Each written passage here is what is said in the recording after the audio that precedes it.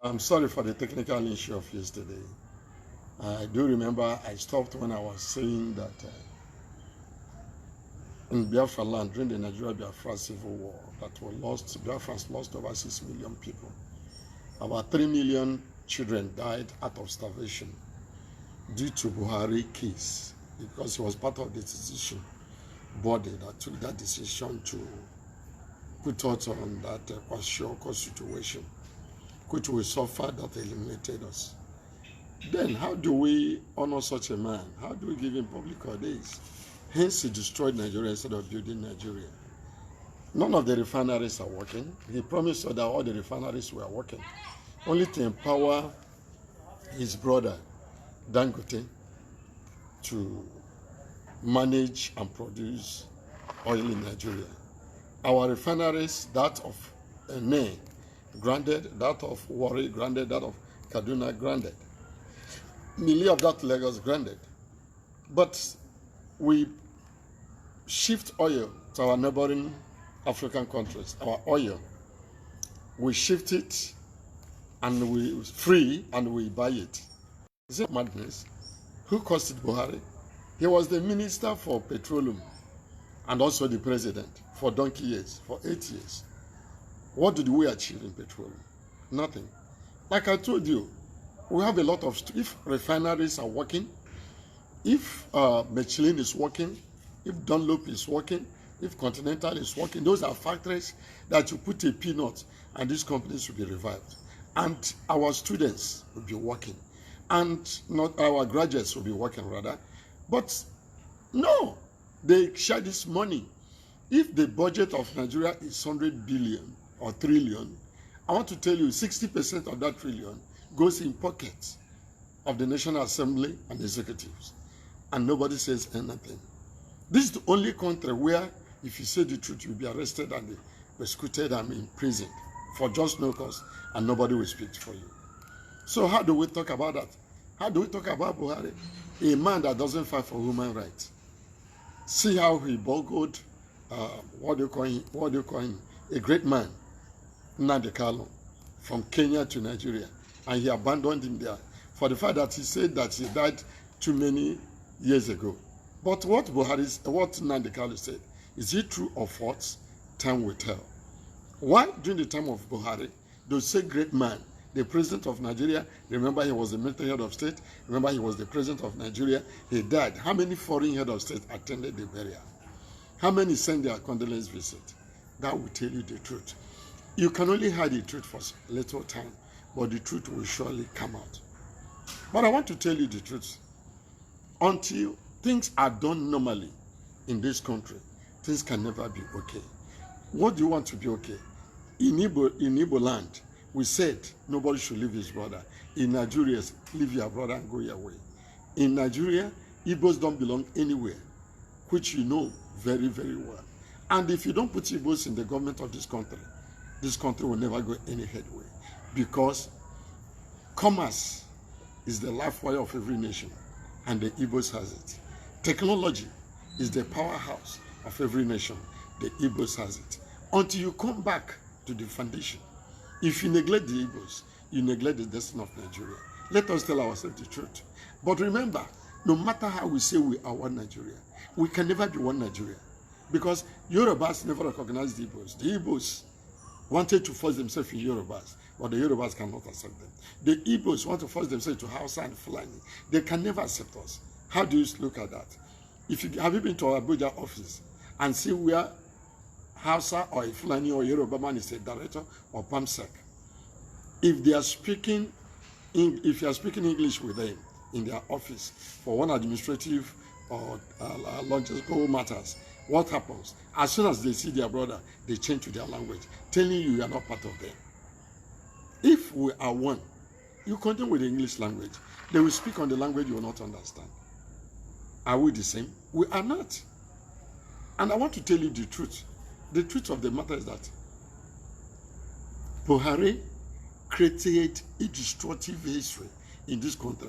And I want to show you none of the children will ever come out to contest election in this country. It's impossible. Just like Obasanjo. Nobody wants to talk about him. The only good thing people said he did was telephone, handset. Everybody. What again did Obasanjo do in this country? He went to rivers of Bayelsa and massacred the whole village. And they were glad for him because a soldier died. But what of those soldiers that are dying in the Sambisa forest, that are being torn into pieces by Boko Haram? What of those people they killed in Benue and Plateau? What of those ones they killed in Ebony State? But what I want us to know is that, and we must continue to say the truth, we must put things right until we elect the rightful persons, like until Humphrey Nwosu kind of person began to head INEC. Nigeria will continue having administrative problem. Where you rig election, nobody talks. Whoever look at now in this country, all of us are here. The new party that it's an old party anyway, because it's not a new party. ADC, come up. Tinubu is there. Atiku is there. Erufai is there. Call all of them. Obi, they said, has joined them. They will never give Obi anything. Obi can never be their presidential candidate because Atiku will never agree. Neither will Atiku agree to be vice president. He has never been before. His purpose of going there is to destroy Obi ambition. It's just like Sake, Dokubo, Daribo, whatever you call him. He was talking about Obi day before yesterday, and I was looking at him. He can never measure his life with Obi. Obi academically is perfect before him. Administratively, Obi is perfect before him. In all ramifications of life, Obi is greater than him. Where do he measure himself with Obi? Where do he measure Obi, Anambra, and Lagos State with Obi? You all know that Lagos State is another country in a country. And you know that formerly, Lagos State was the federal capital of Nigeria. Up to tomorrow, still be the commercial capital of Nigeria. Abuja is only administrative capital of Nigeria. So how do you talk about that? There's some people that will talk, you look at them. There are people that will talk, you won't look at them. But what I'm trying to put today is that we have Nigerian students. Where are they? I said it before. We have labor union. Where are they? How can a labor union be eating peanut? And those that do nothing eat millions. And Nigeria kept silent. Nobody's talking. Our universities, go to some of the universities. Nothing. How can Tinubu is sick? He's going to France to treat himself. What happens to our hospitals here? Can't he put it in order? Yeah, thank God that Buhari died in London. And they use our tax money to bring him back. If actually is Buhari. What rubbish is that? Can't they, I challenge Tinubu, under 1 year, put our hospitals into a standard. You will see some of our doctors and abroad will come back. You pay them well. I challenge you on that. Revive our factories. Revive them. Bring them back to all action. You will see something better. Let me tell you something. Creating new states or not creating new states, those things are not our problems. Our problem is mismanagement. We have the greatest mineral resources in this country, in Africa. Do you know we have gold here in Nigeria? It's being mined. Who counts for it? Who is the person that will be responsible for that? Is it Minister for Mining and Power and Mineral Resources? I don't know. Is it the President? I don't know. There's other minerals in this country. Nobody, whatever about is talking is petroleum. Petroleum is minor to what this country produces. Let us look into all those things and tell ourselves the truth. Some of our universities are glorified secondary schools. They are not worthy to be. I went to school of law. Absolute School of Law is glorified nursery school. It's just bushy. It can't be kept. And you call it university. And please, I'm not that I'm saying so much. We can create job opportunities. This is the only country in the world that produces oil in abundance, and his citizens are suffering. The applicants cannot benefit from it. The candidates cannot benefit from it. Our graduates cannot benefit from it. This is the only country in the world. Where is our oil money going? That's what I want to ask. Nigeria, wake up. Wake up. Wake up. Wake up. And the way our security men are dying is alarming. The way the civilians are dying is alarming. Let us wake up and say the truth. Let us put things in order. You are talking, you see, the thing that gets me mad, we are talking about citizens, how to make things right and good.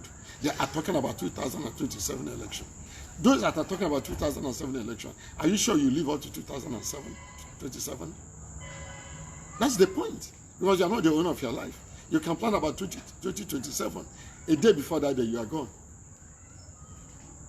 So I plead and I beg, let our leaders, the people that govern us, let them do things right.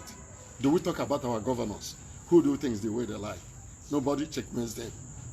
Every house of assembly is in the pocket of the governor. National Assembly, we don't want to talk about it. It's whatever the president says is what is done. When the president calls, it becomes a law. Please, I think we should do things right. We should do things good. And if we can do that, the better for us. The better for our generation yet unborn. What we are talking is not about ourselves. We are talking about our children. None of us now making this noise talking about political ambitions and that we live up to 60 years anymore. Or we have children that are going to live more than 70 years coming behind. Let us make a foundation for them. Until we do that, things will be better. Thank you very much.